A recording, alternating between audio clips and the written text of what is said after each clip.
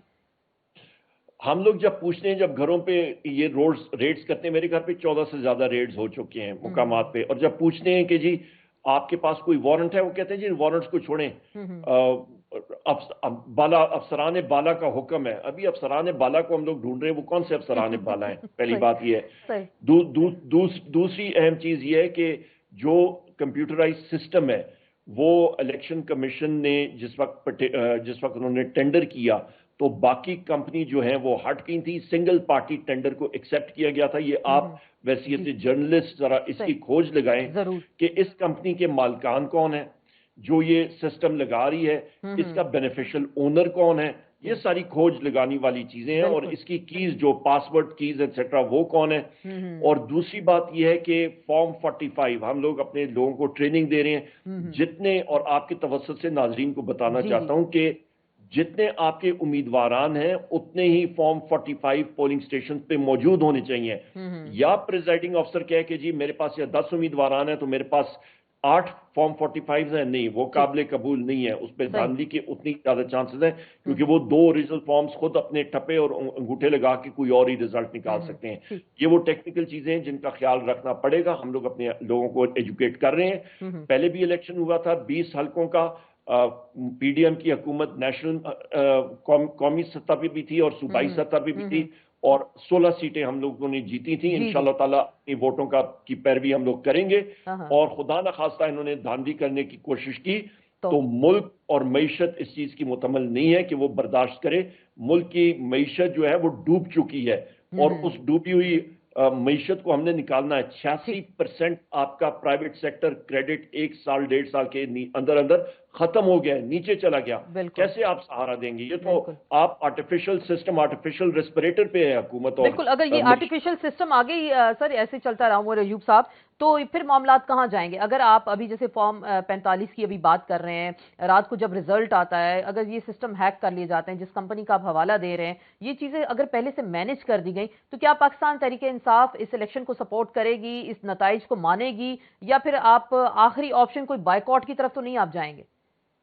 دیکھیے جی, ہم لوگ فیلڈ کے لوگ ہیں, ہم لوگ فیلڈ کے سیاستدان ہیں. ہماری ڈیمانڈ کیا ہے؟ تحریک انصاف, ہمیں انصاف چاہیے. ہمیں ملک میں عدل اور آئین اور قانون کی پاسداری چاہیے. نمبر 1, جب الیکشن کے ریزلٹ دیکھیں گے, جو چیز سامنے آئے گی, صاف اور شفاف الیکشن ہمیں چاہیے. اس وقت تو الیکشن کمیشن اور پورا سسٹم جو ہے وہ پری پول ریگنگ میں دھڑلے سے لگا ہوا ہے. ہمارے لوگوں کو اٹھانا, سپیس نہیں دینی. ہم لوگ پھر بھی مقابلہ کرتے رہیں گے انشاءاللہ تعالی. اوپن ان کو, یا ان کا خیال ہے کہ جی ہم لوگ گول پوسٹ ان کے لیے اوپن چھوڑیں گے, وہ نہیں چھوڑیں گے انشاءاللہ.